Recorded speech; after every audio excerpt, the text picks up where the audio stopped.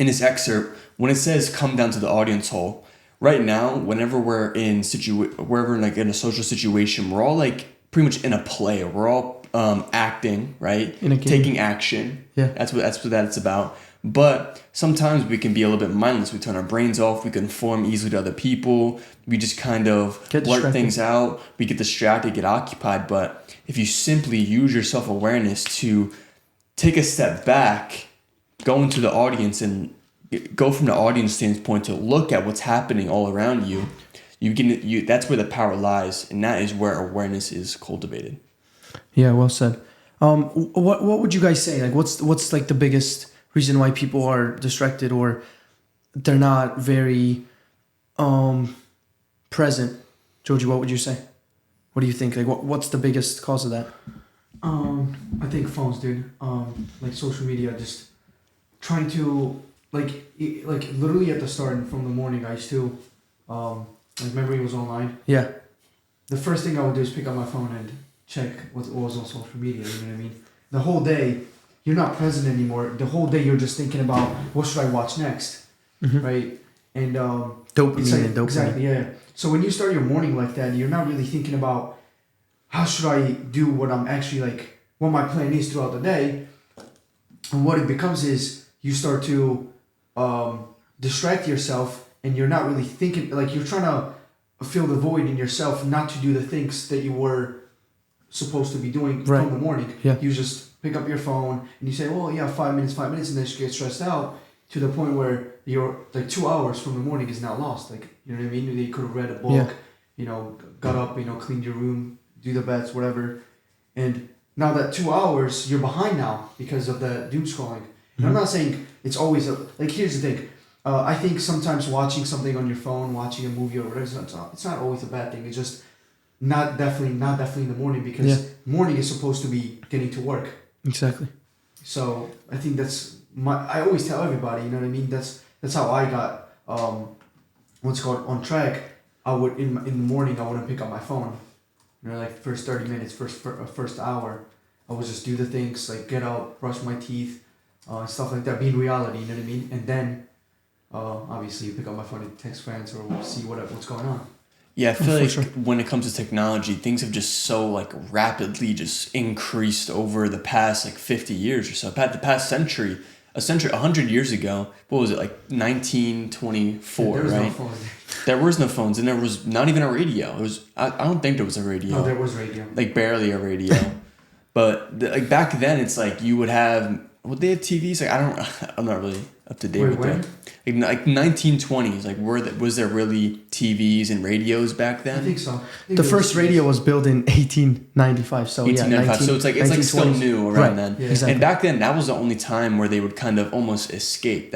Where they would get most of the pleasure from that. The broadcast, the radio, the TV, whatever. But now it's in our pockets. Now we have an overabundance of information, an overabundance of being connected to people, an overabundance of just everything. Yeah. And so now we're all like living in like gluttony pretty much, not with food, but with information, with so much. And also with food. Exactly, with food, but it's also with just content. Just content, distractions. We just like to fill ourselves up so much, and it's just an over excess. And 100%. There's never time to take a rest, to take a break. And we're not sitting here and like we're not meant to just constantly be filling ourselves with information, being distracted. No one likes to do that. It's a weird feeling, yeah. It's not fulfilling, and people know that. That's why like it's a cycle. They get unfulfilled from the hits of dopamine they get from the overconsumption, and they think in order to override that, you overconsume even more. Right. And it's just a constant cycle, and you're just on this down spiral until you snap. Exactly, yeah. And just like how we said last episode, hitting rock bottom, like you have to like eventually tell yourself, okay, this is my rock bottom, and you have to snap out of it. I think that's what social media is for. That's why it was created.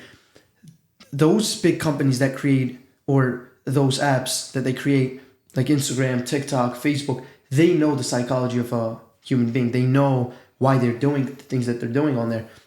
Like the whole thing with liking a picture, posting a picture so you can get likes, comments, shares.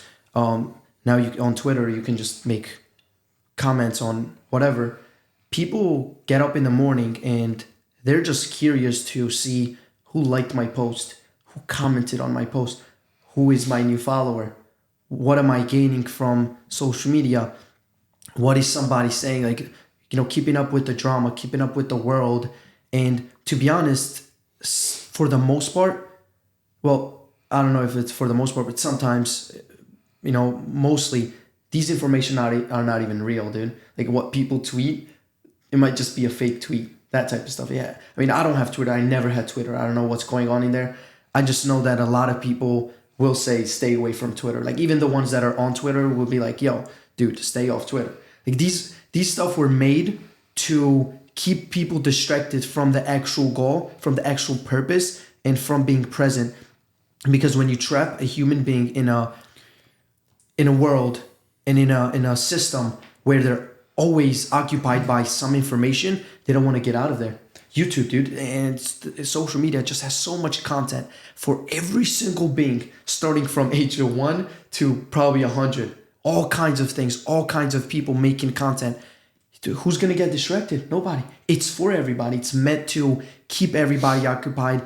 And, you know, until you really realize that it's not doing you any favor unless you're there making content to help other people and really make an impact on the world positively, then you're just really distracting yourself and trying to fill the void that's never going to be filled. Because like you said, it's just constant dopamine and you're in this loop where, you know, you keep on consuming something that's unfulfilling, thinking that it's going to fulfill you. Exactly. And when it comes to, like, I forgot what I was going to say.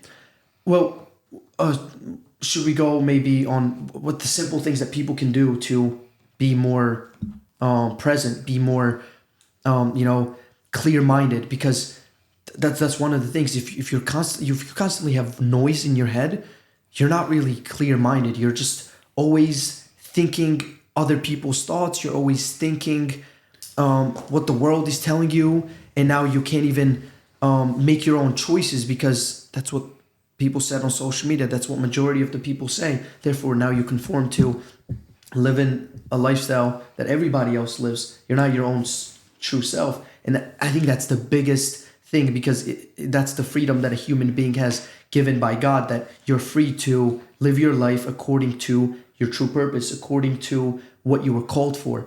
And or when what decision you want to make, you know what I mean? Exactly, yeah. It's going to either benefit you or it's not going to benefit you. And exactly. Also one thing before we get to like what they should do to fix those problems is everybody always says it's simple. You know what I mean? Like they're like, yeah, but dude, it's just 5 minutes. Yeah, I just check the text. But I just feel like, because I've done this, you know what I mean? I've started my morning with phone and I've started my morning without a phone. And I can tell you that starting a morning without a phone or any distractions is so much better. And 100%. And this is just a one-time thing.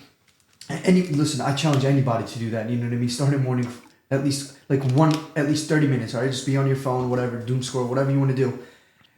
And then start a morning without a phone and then see how many things you can get done during a day and how distracted you're going to feel in your mind. How free are you going to be in your mind, right? I challenge everybody to do that. Because everybody's always, their excuse is, well, it's like, it's 5 minutes, man. It's not like somebody called me, somebody texted, my friend texted me and stuff like that. But even that one text that could probably be negative or any comment that you're going to read and it's going to be negative, it's going to change your whole day. It's that one simple thing that people just want to call simple, yet it's so complicated. You know what I mean? In anything. Like, yeah. That's why it's like, when you talk to someone about a problem, they're always struggling with that one small thing that needs to be changed. For example, waking up early in the morning, which I struggle, right? Somebody else struggles with that, like, urge to pick up the phone at least for 5 minutes before they go brush their teeth. It's always that one little thing that we want to call it simple as an excuse of like, oh, it's simple, it's little, it's whatever. But it's always that one thing and small thing that makes a huge impact on anything. So I don't want the viewers to get an idea of, well, what you guys are saying is like, it's simple, you know what I mean? Everybody knows that you shouldn't pick up a phone in the morning, but nobody does it, you know what I mean? Right. So yeah, no, I remember what I was gonna say. It's the fact that like nowadays our emotions are being like pulled and stringed along however these social media apps want it to. Mm-hmm. We're not even in control of our emotions. We don't even know how to feel anymore because it's like, for example, some kid in like some suburban area, some nice area, Like he could be having such a nice life. His parents have a nice house, an overabundance of food. He doesn't really have to struggle. But when he's on his phone, he gets his emotions pulled like he's going to war or something like that. Like he gets the feelings that he has nothing. That he has nothing, that he's in trouble, that he should like scarcity almost. Like fear. Like the country's going to war or like some crazy stuff is happening across the seas or something crazy's happening. And then all of a sudden this kid's just like, oh my gosh, like, and he's like these emotions. Overcome with negativity, right? Yeah, and he doesn't see the world around him, like the abundance that he does really have. And people are so focused on what they don't have. Like, let's really think about it. People see like a lot of people dying on the news, a lot of people getting injured, like sickness, shot, ill, diseases, whatever. But 200 years ago, we never knew what happened overseas. We never knew what happened. Right. Even like 3 states down, we wouldn't really know what happened unless it's word of mouth. Yeah. And so that stuff probably was even worse back then, even because of the lack of abundance and stuff like that. But I mean, I don't really know. Right? We don't know because there's nothing recorded. And so nowadays it's like, oh, Sally in like France is getting a surgery on cancer. It's just like, I don't know Sally. It's like, that's a horrible thing, but it's just like, we are so connected to everybody. It's like an overload of information, so much emotions being pulled and strained, and all of a sudden you don't want to feel any of this, and that's why you cut yourself off and go like be mindless and just keep consuming different types of content to make yourself feel better. It was probably more accurate to the information that was getting spread through word of mouth because then people had to be there. There wasn't a comment section, bro. Exactly. So people had to be there witnessing what has happened and then kind of tell people, I saw this and this is what happened. But now on social media, they can use AI to recreate something that has never happened. Even the comments, dude. I can edit the comment and I can put whatever I want and, like Photoshop the picture that somebody actually tweeted this out. But in reality, it was a lie. So now people are going to get caught up into this and it's like, it's going to be a whole drama again. So rage baiting. Dude, even with like wars, right? I mean, they only share what they want to share. Like, they don't share the whole story of how the war started or right.